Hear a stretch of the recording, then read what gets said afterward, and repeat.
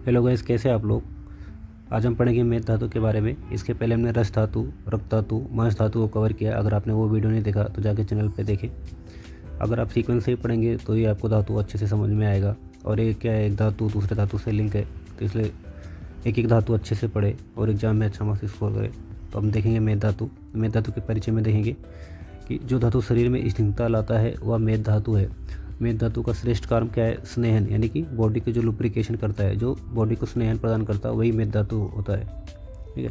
मेद धातु अगर मॉडर्न में देखें तो मॉडर्न में इसको एडिपोस टिश्यू से रिलेट किया जाता है, जैसे हमारे एडिपोस टिश्यू। ठीक है। अगर हम देखना चाहें मेद धातु की निरुक्ति, तो जैसे मांसात परिणतो धातु स्नेहन कार्य करोति, तो इसकी निरुक्ति क्या है कि मांसात परिणतो धातु का मतलब क्या होता है? जो मांस से परिणमन हुआ धातु है, मतलब द धातु विच इज प्रोड्यूस फ्रॉम मांस धातु, और क्या कार्य करता है? वो स्नेहन का कार्य करता है। उसको क्या बोलते हैं? मेद धातु बोलते हैं अपन। इमिदा स्नेहनम, मतलब इसका क्या मतलब है कि इस धातु से मेद शब्द बनता है। इमिदा का मतलब क्या है? इससे क्या बनता है? मेद शब्द बनता है, जिससे मेद का अर्थ स्नेह प्राप्त होता है। ठीक है। तो शरीर अंतर्गत जो घृत सदृश स्निग्ध धातु होता है वही मेद धातु होता है। मेद धातु क्या होता है? जो शरीर में घृत सदृश, ये देखो आप घृत देख रहे हो, इधर ये मेद है, तो ये घृत सदृश थोड़ा थोड़ा मैच होता है, तो इसलिए वो घृत सदृश बोला है इसको। इसी को वो क्या बोलते हैं? मेद धातु। ये हमारा आपको पता होगा, आपने एनाटॉमी पढ़ेगी तो हमारा एक ग्रेटर मोमेंटम होता है, ये स्टमक का ग्रेटर कर्वेचर की साइड ग्रेटर मोमेंटम, और ये हमारा स्टमक का लेसर कर्वेचर होता है, इधर लेसर मोमेंटम होता है। ठीक है। इसको मेद से रिलेट किया गया है। आयुर्वेद में वर्णित जंगम प्राणियों से प्राप्त जो चतुर्विध स्नेह होता है वो भी क्या है? मेद के अंतर्गत आता है। जैसे सर्पी हो गया, मेद हो गया, वसा हो गया, या फिर मज्जा, हमारा बोन मैरो हो गया। ठीक है। इसमें से मेद का अर्थ है उदर, नितंब आदि स्थानों में संचित स्नेह। जो उदर के स्थानों में संचित स्नेह है या फिर नितंब में है, इन सब नितंब कहते हैं बटॉक्स रीजन में, या फिर उदर यानी स्टमक रीजन में जो स्नेह संचित है उसको क्या बोला? मेद बोला है। ठीक है। अगर हम मेद के पर्याय की बात करें तो सबसे पहला इसका पर्याय जो है मांसज या मांसतेज बोलते हैं। मांसज मांसतेज क्यों बोलते हैं? क्योंकि ये मांस से उत्पन्न होता है। दूसरा इसका पर्याय है अस्थिकृत। अस्थिकृत क्यों बोलते हैं? क्योंकि ये अस्थि धातु के लिए पोषक अंश प्रदान करने वाला होता है, इसलिए इसको बोलते हैं अस्थिकृत। वपा, वपा क्यों बोलते हैं? क्योंकि उदरगत जो स्नेह होता है, यानी कि जो मोमेंटम हमारा होता है, उसको क्या बोलते हैं? वपा बोलते हैं। वसा, वसा क्यों बोलते हैं?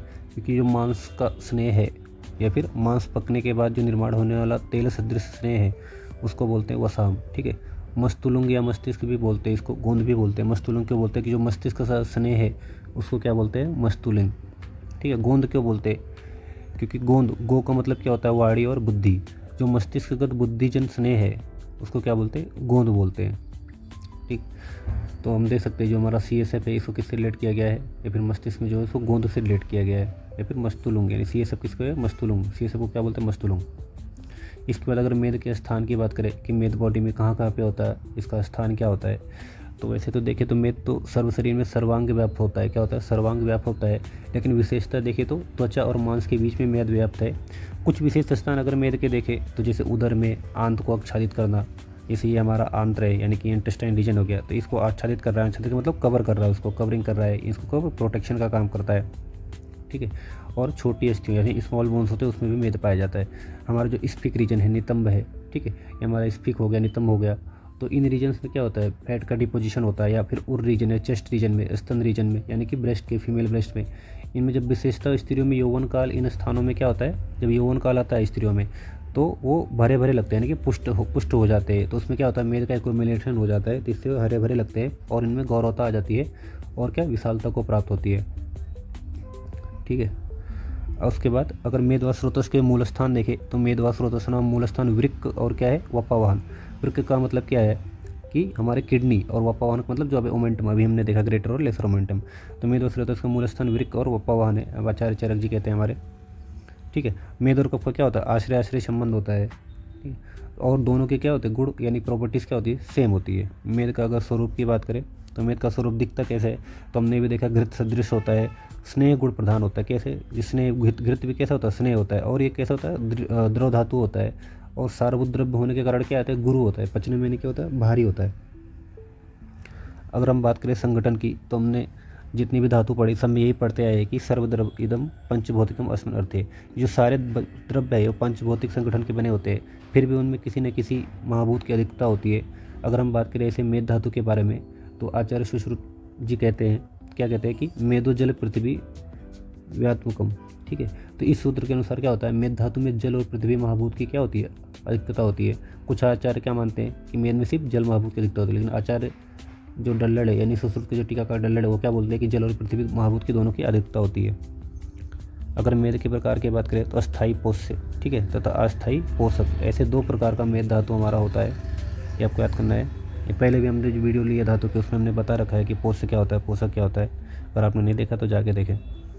अगर मेद धातु के परिणमन की बात करें, मेद धातु का परिणमन का मतलब क्या होता है, मेद धातु का फॉर्मेशन कैसे होता है, मेद धातु बन कैसे रही है। तो इसके लिए देखेंगे जो हमारा रस है, रक्त है, मांस धातु का पोषण करते हुए जो आहार रस है क्या करता है, पहले रस को पोषण करता है, रक्त को करता है, मांस को पोषण करता है। इसी प्रकार फिर किसका नंबर आता है, मेद का, मेद की ओर आता है। तत्पश्चात खले कपोत न्याय, ठीक है। खले कपोत न्याय मैंने एक्सप्लेन किया है, अगर आपने मेरा वीडियो धातु पोषण न्याय नहीं देखा है तो जाके देखिए, वहाँ पे मैंने बहुत अच्छे तरीके से खले कपोत न्याय, केदार कुल्य न्याय, क्षीरद न्याय को अच्छे से एक्सप्लेन किया है, ठीक है। आज को अच्छे से समझ में आएगा। तो खले कपोत न्याय के अनुसार क्या होता है, केवल मेद पोषक अंश को स्वीकार होकर मेद का पोषण होता है, ठीक है। क्रम परिणमन न्याय के अनुसार मांस धातु के द्वारा भी मेद का पोषण होता है। तो सारे न्याय मैंने वहाँ पर अच्छे से समझा रखे। उसके बाद हमारा त्रिधा परिणमन के अकॉर्डिंग अगर देखें तो हमने देखा था कि सबसे लास्ट धातु कौन सा, मांस धातु बना था। मांस धातु के बनते टाइम हमारा मेद धातु का पोषक अंश भी बना था। तो जो मेद पोषक अंश है वो कहाँ पे जाएगा, हमारे मेदवा स्रोतस, ये हमारा मेदवा स्रोतस हो गया या चैनल्स हो गया। तो मेद स्रोतस में जाएगा और वहाँ पे कौन सी अग्नि रहेगी, मेद की धातु अग्नि। ये धातु अग्नि में मेद धातु को पोषक अंश पे कार्य करके क्या बनाएगी, एक तो धातु बनाएगी मेद धातु, पोष्य धातु। उसके साथ साथ क्या निर्माण होता है, उपधातु, शिरा और स्नायु। तो मेद का उपधातु क्या है, शिरा और स्नायु है, ठीक है। मांस का क्या था, तो वसा और सटत्वचा। उसके बाद अगर मेद के साथ और क्या बनेगा, अस्थि धातु का पोषक अंश, यानी कि अगली धातु का पोषक अंश बनेगा। मल के रूप में स्थूल मल क्या बनेगा, तो मेद का मल क्या है, स्थूल मल स्वेद है, ये याद रखना है आपको, ठीक है। सूक्ष्म मल, क्लेद, ये सारे ही धातुओं में कॉमन है, ये आपको याद ही रहेगा वैसे, ठीक है।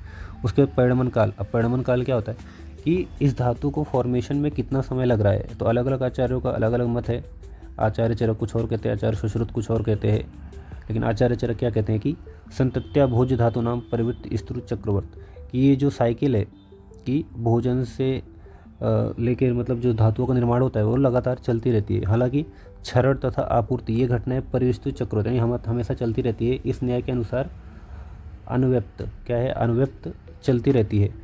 तथापि पोषक भाव निर्माण होने के लिए, यानी जो पोषक भाव निर्माण होने के लिए, निर्मिति अवस्था प्रतीति होने के लिए 5 दिन का समय तथा पोष्य धातु अवस्था 15वें दिन निर्माण होती है। अभी अलग अलग आचार्यों ने क्या क्या बोला है कि कोई बोलता है, आचार्य चरक क्या बोलते हैं कि 4 दिन में क्या होता है, मेद धातु का फॉर्मेशन होता है। लेकिन अगर श्लोक में देखेंगे तो इसमें बोला है कि आहार उपभोग दिनात मेदस्व पंचमी, तो इसमें श्लोक में लगेगा ऐसे 5वें दिन फॉर्मेशन होता है। तो एक्चुअली क्या होता है कि 4 दिन बीत जाने के पश्चात, यानी कि 4 दिन पूरा लग जाता है, फिर 5वें दिन आपको वो दिखेगा। तो 4 दिन ही मानते हैं उसको कि 4 दिन में क्या होता है, मेद धातु का फॉर्मेशन हो जाता है। आचार्य सुश्रुत क्या करते हैं, 15 दिन में बोलते हैं कि 15 दिन में क्या होता है, मेद धातु का फॉर्मेशन होता है। और अब मेद के गुण की बात करें तो मेद हमको पता है कि ये कप से सिमिलर गुण है। तो कप से इसका क्या है, आश्रय संबंध है। तो मेद धातु में प्रायः स्निग्धता क्या होता है, स्निग्ध होता है, क्योंकि इसका कार्य क्या है, लुब्रिकेशन, मॉइस्चराइजेशन, स्नेहन प्रदान करना, ठीक है। गुरु होता है, हमने देखा भी पचने में क्या होता है, भारी होता है, मृदु होता है, त्वचा को क्या करता है, मृदु बनाता है, स्थिर बनाता है।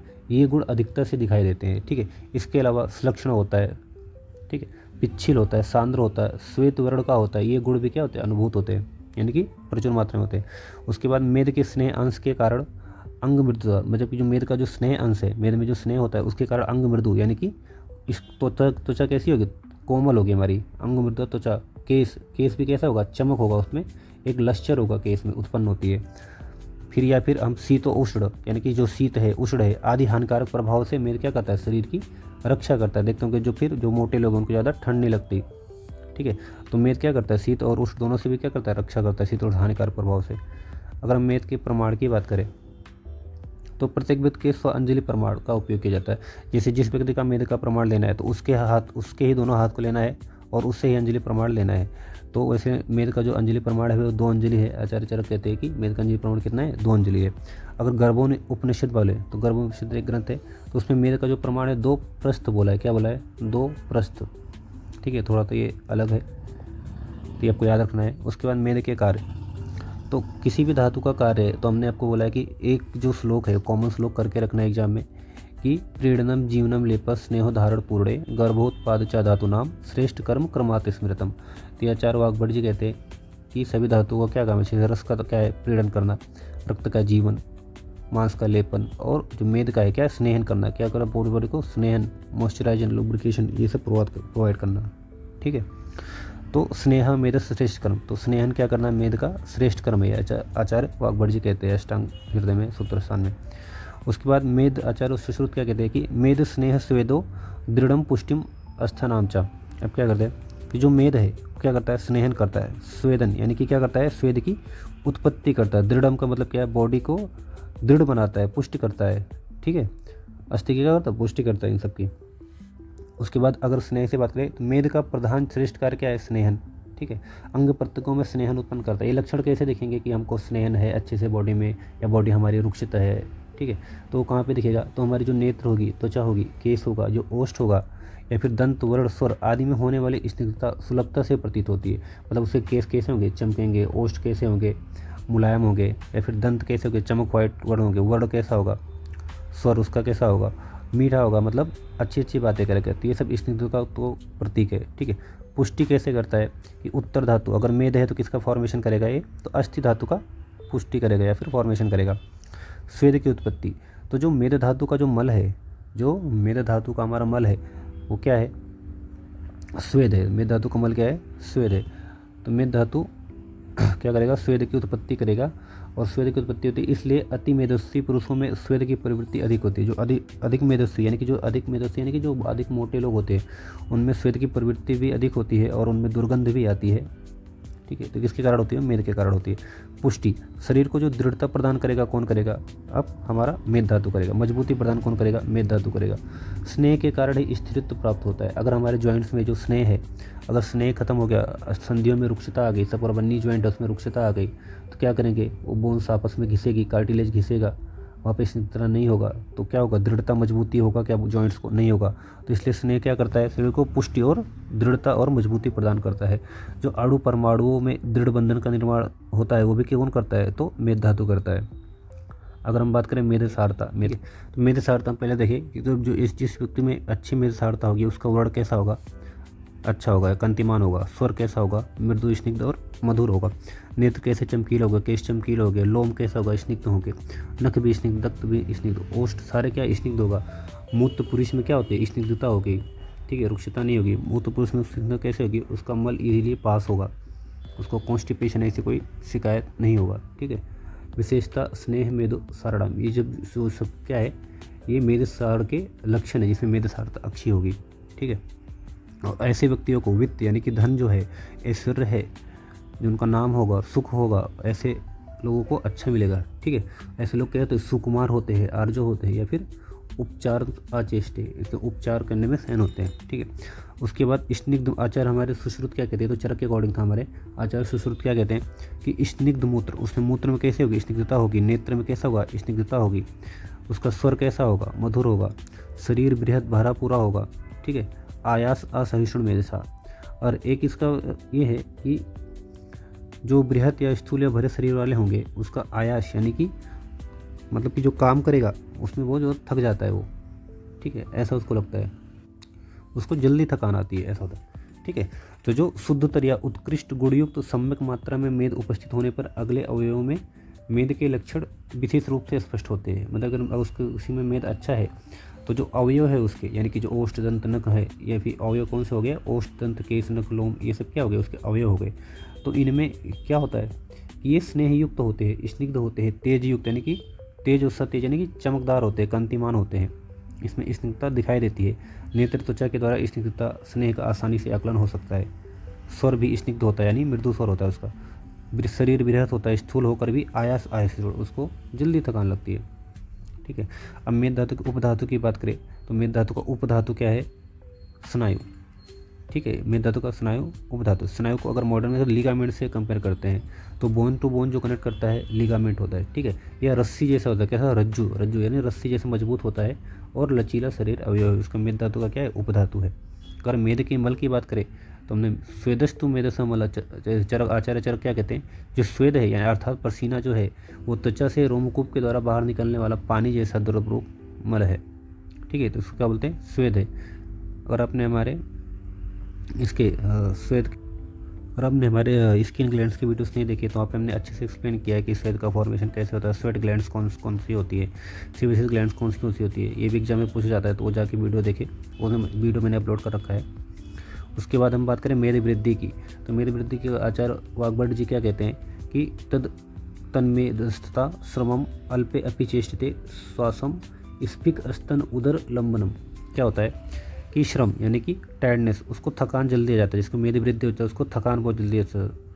उसका अल्पे अपि चेष्टिते मतलब श्वासम, मतलब थोड़ा सा भी काम करता है, थोड़ा सा भी चेष्टा करता है तो उसको क्या होते हैं, सांस फूलने लगती है, श्वास का लक्षण उसको दिखने लगते हैं। स्फिक स्तन उदर लंबनम, कि जो भी मेद वृद्धि के पेशेंट है उनमें क्या दिखेंगे, स्फिक यानी कि उसके बटॉक्स रीजन या फिर उसके स्तन जो है या फिर उसका पेट जो है उस पर लंबनम यानी कि फैट का डिपोजिशन ज़्यादा होगा, वो बड़े साइज में बड़े हो जाएंगे, ठीक है, तो ऐसे लटके हुए दिखाई देंगे। उसके बाद उदर एवं पार्श्व में मेद की अति संचिति होकर उदर लंबनम यह लक्षण उत्पन्न होता है। ऐसे व्यक्ति अपेक्षाकृत जल्दी थक जाते हैं या फिर इनमें श्रमज श्वास यह लक्षण उत्पन्न होता है। श्रमज श्वास मतलब क्या होता है, श्रमज का मतलब क्या होता है, काम करने के बाद, जैसे काम करते कोई भी श्रम या श्रम वाला काम करते हैं उसको श्वास लक्षण यानी कि सांस फूलने लगती है, ऐसा लक्षण उत्पन्न होता है मेद वृद्धि वालों को, ठीक है। उसके बाद हम मेद क्षय के लक्षण देखें तो मेद क्षय प्लीहा वृद्धि संधि शून्यता रोक्षम मेदुर मांस प्रार्थना चाह। तो मेद क्षय में क्या होता है, प्लीहा वृद्धि, ये बहुत इंपॉर्टेंट लक्षण है कि जिन व्यक्तियों में मेद होते क्षय होता है या फिर कृश होते हैं उसमें प्लीहा वृद्धि यानी कि स्प्लीनों में गेले, उसका स्प्लीन का साइज क्या होता है, बढ़ जाता है। संधि शून्यता मतलब क्या होता है, ये संधि कैसे होती है, शून्य हो जाती है, ठीक है। रोक्ष स्किन कैसे हो जाती है, ड्राई होती है, तो ये सब लक्षण है, ठीक है।